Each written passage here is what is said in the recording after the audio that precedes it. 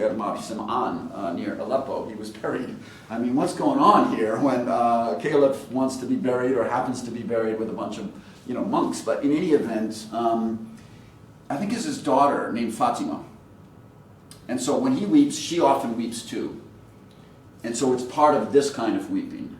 So, again, I haven't really focused on this, but I could give you a handful of anecdotes that suggest, that the women are doing this too. They're part of this shared emotionality. And maybe, especially, if it's the daughter of the caliph, she has maybe more freedom. Just like the women who were scholars at that period were often from, higher families because they had the freedom to do that and the resources. So it's there. It's there. It's not like shut out to them. But the overwhelming number of reports is it's just the way it is. I mean, it's nothing. There is, I assume, also the idea that women that men are supposed to be educated and be able to restrain themselves and be disciplined, while the same is not expected from women and children. Mm-hmm. That's in pre-modern literature you find this point that so the fact that women cry or children cry is not a big deal. It is men crying what matters because men are with their superior education and intellect. If they cry, that's not because they learned not to cry, and so there is the idea that it's the men who represent the religion, I guess, and of course that's not specific to Islam at this period. All traditions would have had that. But I'm just remembering though when I walk, I'm so focused on the Arab tradition because I thought the Arabic and Islamic Institute, but you must have Persian studies, of course. You have Persian. Yeah. So if we walk in now, not to say it's not there, I just haven't explored enough. But if we go right into like Layla and Majnun, she's weeping a lot there, and it's this kind of weeping. And also, if you look at the Mantaqatir of Attar, especially the story of Sheikh Sam'an, where he's with that Christian girl and all of that, and when she repents at the end, she's weeping, and then he weeps, and a drop of his tear touches her, and that allows for her redemption. He's communicating bodily, the fluid, and the ethics. And by the way, in that story of Sheikh Saman, there's all sorts of weeping there, especially, the Sheikh is weeping in the beginning. He's like out of control, and he's got this vision of this Christian girl, he becomes a pagan and all this. But when he weeps properly towards the end of that story, it's with Atesh, which is Horka. Atesh. No, Atesh in Persian is fire. Fire, right? Atesh. Yeah. But then, to get really crazy here, can we get really crazy? Is it okay to get really crazy? You read Brothers Karamazov. And Alyosha, in one scene, he's weeping with a burning because it's showing him the truth of his life, his true desire to work for God. And so, I read that, and I'm like, wow, Ibn Abi Dunya is kind of in conversation with Eastern monasticism, and, the author of Brothers Karamazov, Dostoevsky, is influenced by Eastern monasticism. Yeah. All right. I'm getting crazy there, but that burning thing is, So that there is this Stabat Mater Dolorosa, Lacrimosa. One of the most influential poems of Christianity is to stand with the weeping Lacrimosa mother and feel her pain and get redemption. Right. So that's it's any Christianity. That's actually Western. It's Tommaso Ricciolano, the poem. Or the music. I'm confusing it, I believe, but anyway, that's one of the... Yes, of course. And it's so deep. Right, it's in the Western tradition as well. And then there is the... It's interesting, I feel that you are talking about one of the deepest emotional experiences we have in our life. Mm-hmm. Actually, why do we cry at all? Mm-hmm. So it would be even possibly interesting to look at psychological studies on crying, and then this extremely deep pain, which we may experience in our life. I actually did when my mother was dying, and then when she was alive, I didn't want to cry with her.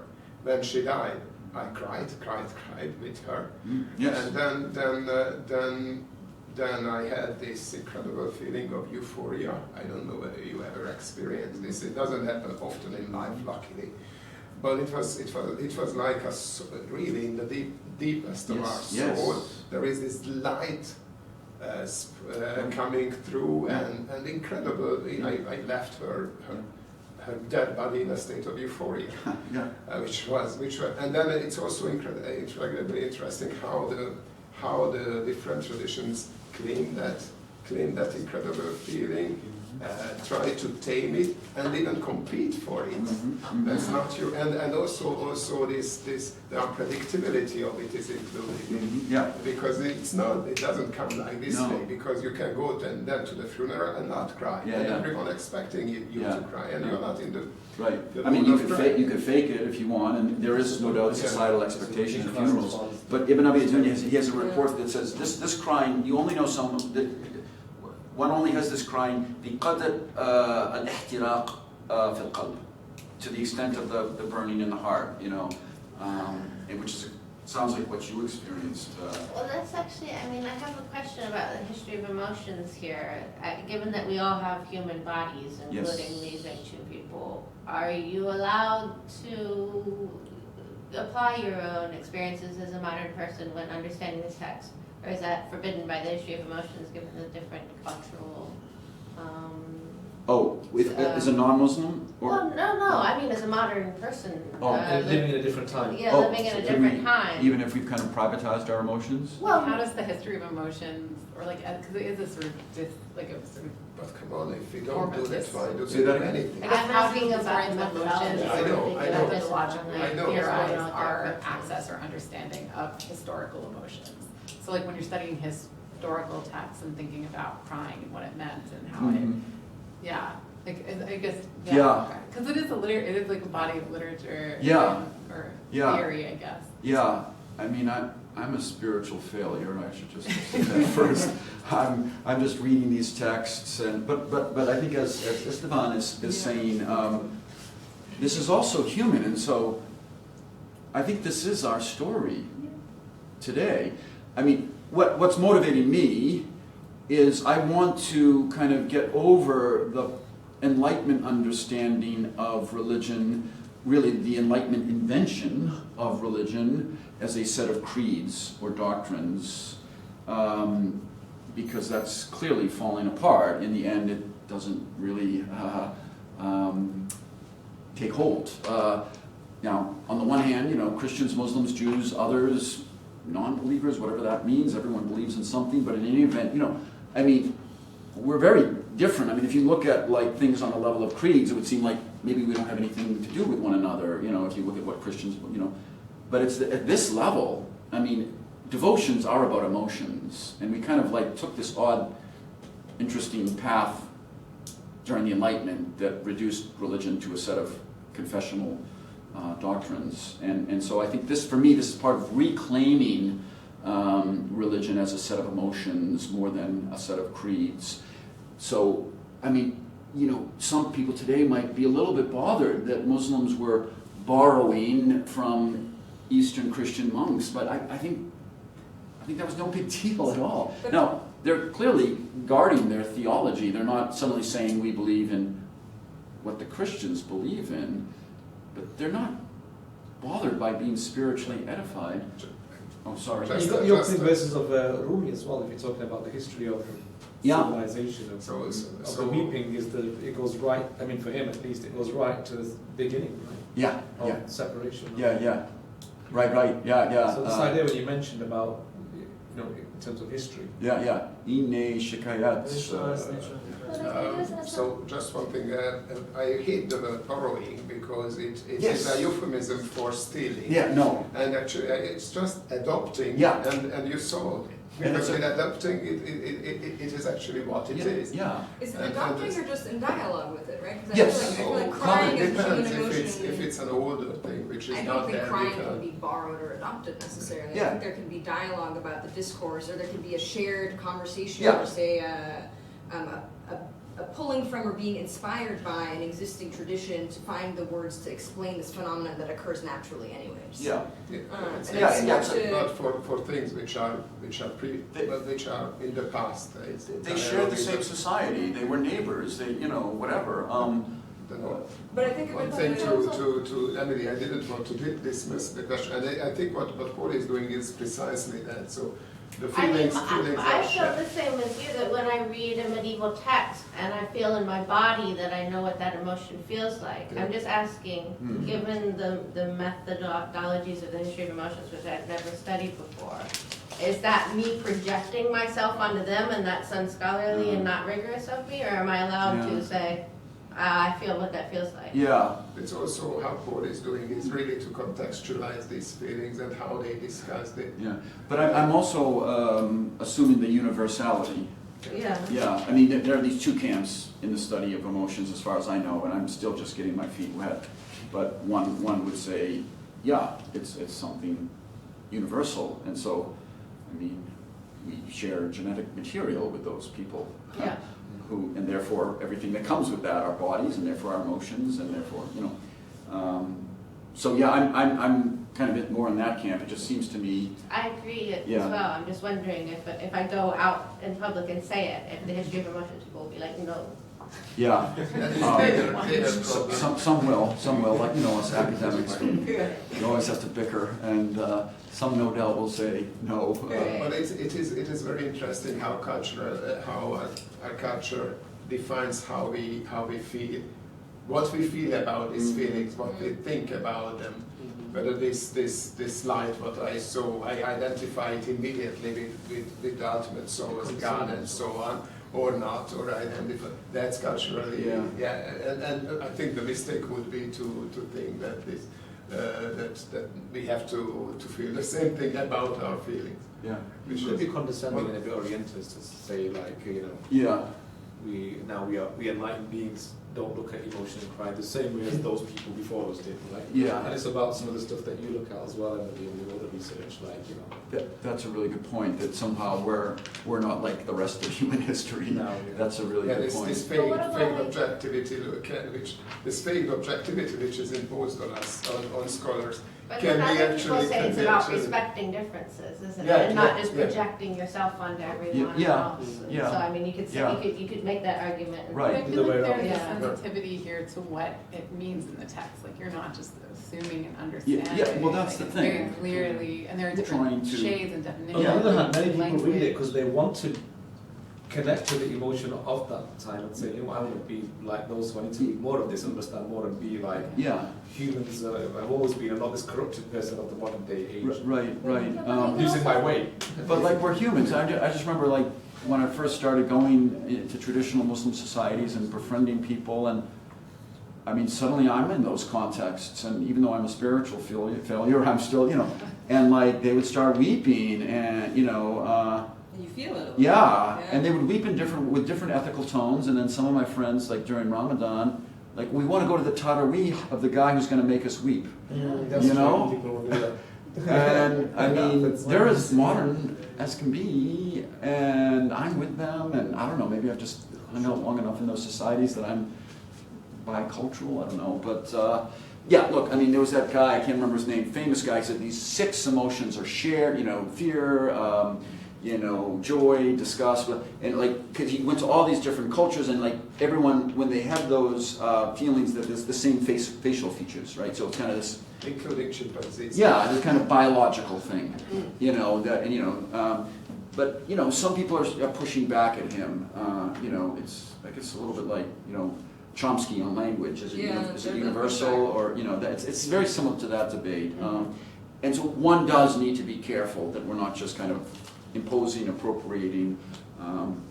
Yeah, and that's why it'll take me 15 years to finish this. I have a very related question.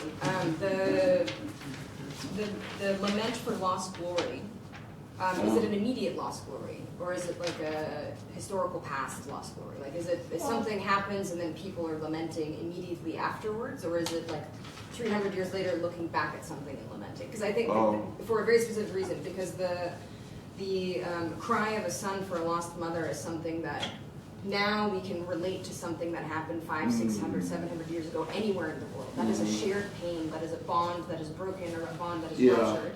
But the modern Muslims to read texts today and then feel or not feel inspired to cry at the lost glory of a particular caliphate or a loss of battle or whatever is very different than experience it in the moment. You also see the potential, right? So could you also there are not many glories in the modern Muslim world to be like mourning in the same way as there were in the past. Yeah, and this is, I think, the kind of I would call the that's a different kind of crying. Yeah, this is where the efficacy of literature comes in. I mean, literature is not just things we read; it impacts our souls, and so. I mean, there's this whole thing called Retha al-Mudun, so eulogies for cities that have been destroyed by the infidel enemy or whatever. And I mean, people will read those centuries later, I guess. I mean, I know they will read those. Now, whether they have the same emotional impact or, I mean, it probably depends on the context. I mean, when I listen to jihadi anashid all the time about especially the weeping, the role of weeping in that, and you can see they're connecting it, they're connecting it. Now, it's really an interesting weeping of despair. They're really despair. In their mind, Islam no longer exists in the world because we don't have political dominion, the caliphate, and so, I mean, there's no Islam, and therefore, all we can do is weep for despair for the glory of the ummah, and they'll use these terms for despair, shajan or ashjan or I don't know, some others, and the humiliation of the ihanat that Muslims have humiliated, and there's just, but they're always harking back to Khalid ibn al-Walid, and they're kind of reliving this. But lamenting the loss of Spain. And this is all echoing Jerusalem. In the Bible. Jerusalem being corrupt and Jerusalem being destroyed. So that's a very, very deep pattern, which is this decline and destruction and lament on that this. lamentation, it ends with hope that there will be a renewal. And some of the weeping for lost glory includes that, and not just in Islam, but I'm not doubting that it's possible many centuries later. I grew up in something of a Shiite tradition. I've seen it. Okay, right, yes, I'm just wondering. Right. So actually, this is also a reply to us on the question what we should do. That's what they did. Actually, they made the suffering of, and they make the killing of Hassan and Hussein it's today. Right. That's the real lament. Yeah. It's not the and then they put all believe. They put all emotions into this, and then it becomes the crucifix of Jesus. Well, yes, I mean, I was just going to say so that's made. It's not. I think the break with this idea that you can share emotions with the past, I think, came really in 16th century Europe because it came out of the Protestant Catholic clash. Catholics said, no, we suffer emotionally with Jesus on the cross, and we get his spirit because of that. And Protestants said no. That's really, there's a wonderful article on it, and I think that's really where the modern assumption of not having shared emotionality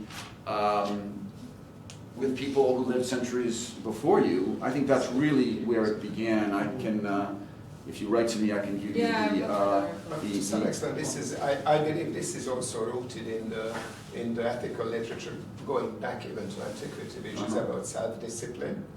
Well, the Stoics. So that's one of the, the Stoics. You're not supposed to show feelings. You have to are actually be under the influence of feelings. Metaphor, doesn't it? You'll be stoic about it. Yeah, right. Yeah. I mean, there's always these trends in all times. I mean, the Neoplatonists and those civilizations which have very much this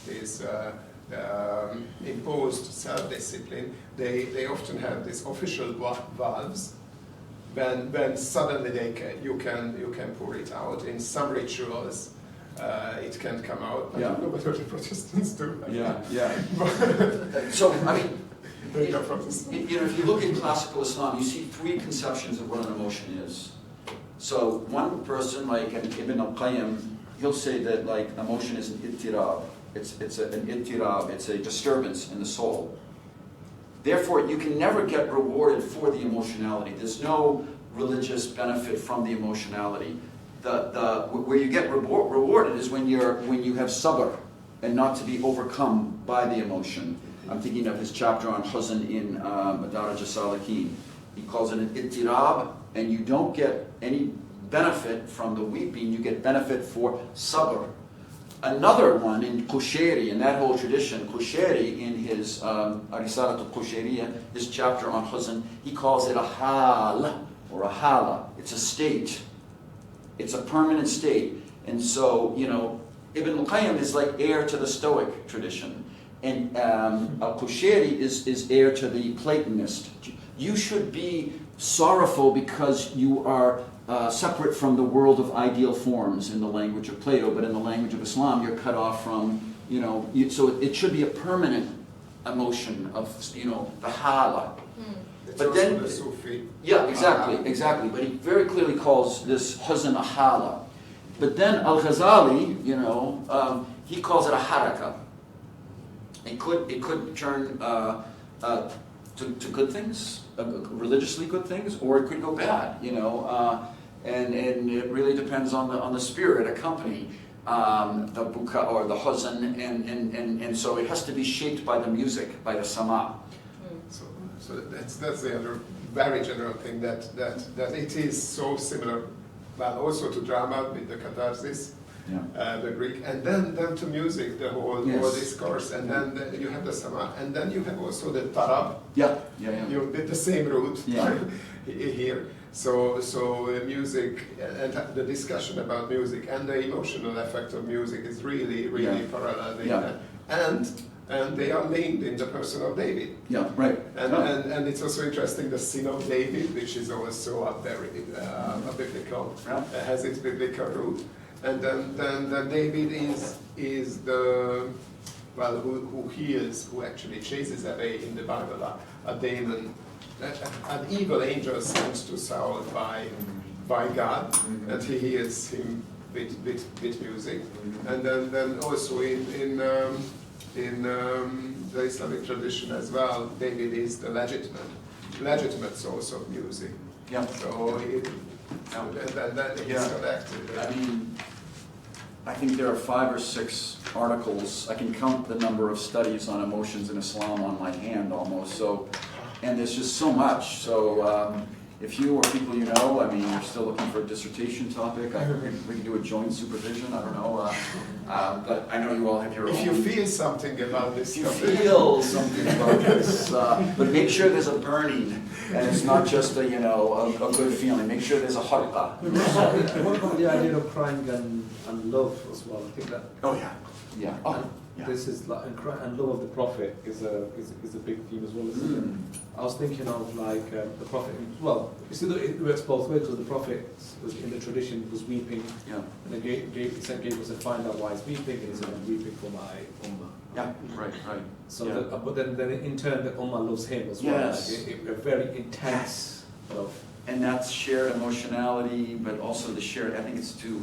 Yeah, I mean, you got the ethics. And the pillar, that was the one in Hanana, right? It was the palm tree that he was leaning on, where he used to pray, and then when he moved, to another place to pray where the mihrab was built or erected, then he started just crying. He said, "It's going to continue crying till the day of judgment if I not put my hand over it." Right, but then its cry. So it's like anthropomorphic. Right, but its cry then changes from a sorach صراخ kind of Yeah. to an anin.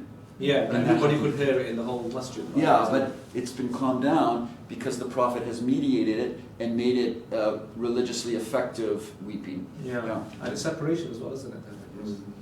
Also, Do you know this story in Rumi when the devil comes and turns Muawiyah?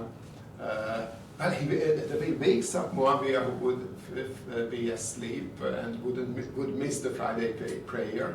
And then there is this amazing discussion between the devil and Muawiyah, and eventually Muawiyah forces him to admit the real truth. And the real truth was that he woke him up because his sorrow for missing the prayer would have been a much stronger religious value than actually going to the prayer. So, Yeah. Right.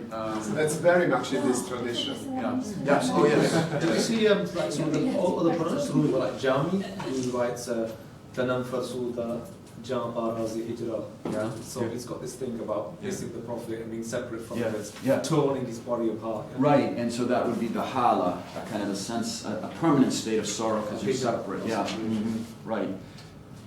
But it's not a despair, but it's a hope. Yeah.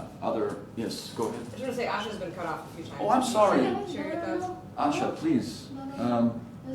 We're all so emotionally Invested. involved. Charged up, yeah. You're the only one who has a kind of properly dignified. You're properly dignified emotionality. Thank you so much. The talk is amazing, by the way. The other thing I was thinking was that in terms of like the public weeping and the kind of shared emotionality and also the shared benefit for those present witnessing a pious person weep, made me think about also the blessing that comes with being around pious people who are reciting the Quran, because there's also an element in which you share that blessing even if you're not the reciter. Right. So there is a way that the proximity to the piousness also. Right.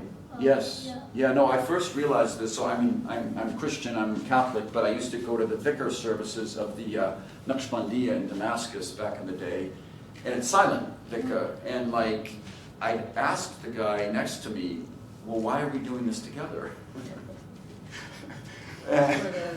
And he said, "But like, we have different circumstances, and maybe one is more receptive to the divine light, and the guy next to him is not, but that light will go from him to him."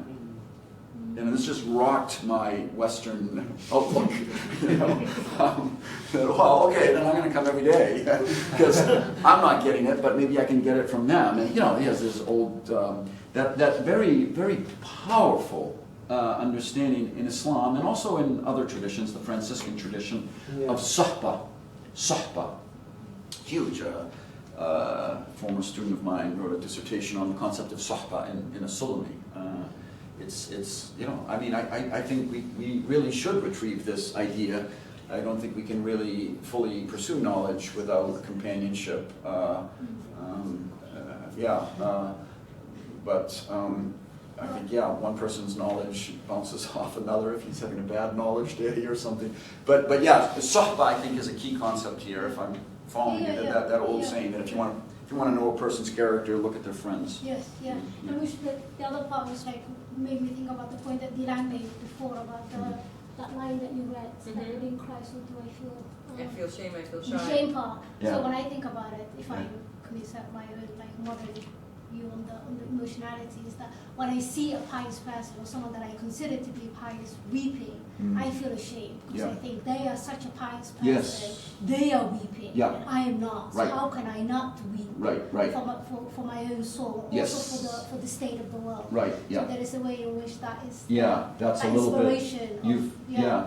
But it's not only shame, but it also shows you have a longing. Exactly. Right, and that's the harqa or the waqs, the different terms for it. And I think that exists that's the compunction. in that also, is that like there's a desire to be crying, but it has not come yet. Yeah, right, It's both It's also this communal feeling is in concerts you can still have it, though you are supposed to, in some concerts you are supposed to behave. But That's also a cultural thing, though, right? Hmm? That's also a cultural thing. How people Yeah, behave in indeed, concerts, like indeed. watching videos of Kulthum performing. There's Yeah. like people are whistling and cheering. And And it Joan used to Baez be- performed in it Vienna a few used years to be ago, in and the audience Europe was as well. completely silent. And halfway through, she stopped and she asked, "She's like, are you guys even enjoying this?" Like there was no engagement from the audience. But 'Cause that's like, fairly new in Europe as well. It wasn't like this. So yeah. And then also after great talks we have this. Like now, I believe we had this kind of shared feeling of having shared something beautiful together. And then we can continue tomorrow. Yeah, at I'll 10 be here in at your- 10, but I mean, no obligation really. I know Friday is a day to sleep in, but I will be here at 10 or even a little bit before in the common room. And again, I don't think I just really enjoy hearing what you're interested in. Now I would be immensely proud of myself for not forgetting this. That next Wednesday we have this gentleman presenting on this on the You can look at it here. You don't on have the to screen. madrasa. So please No, don't come. no crying allowed. And then this will be followed by this, the Center for the Study of Islam. We will have a whole seminar starting at 3, Siam Bairo and then Kubra, John Cooper, Majida, Catherine, so students and staff together, and then there will be a dinner. If you want to come to the dinner, write to Rob immediately, because there are very few places left and the restaurants are overbooked. Actually, we have to go there before It's we. fine, could you just go to the top of that? I just wanted to see, 3 p.m. So it's both of them next Wednesday. One after the It other. starts. It doesn't actually start. It starts at 2. It starts at 2, yeah, so that's 2 separate events, one after the other. Let's say it starts at 2. There's a 1 hour break at 3. That makes more sense, right? Oh, wait, oh, it 12:30? says 12:30 to 2. Sorry, 12:30 starts. There's a break at 2. Break till 2 till 3. So. And then it starts at With no lunch provided. Actually, there will be some coffee break. There will be a coffee break here. Okay, thank you very much for coming. Thank you.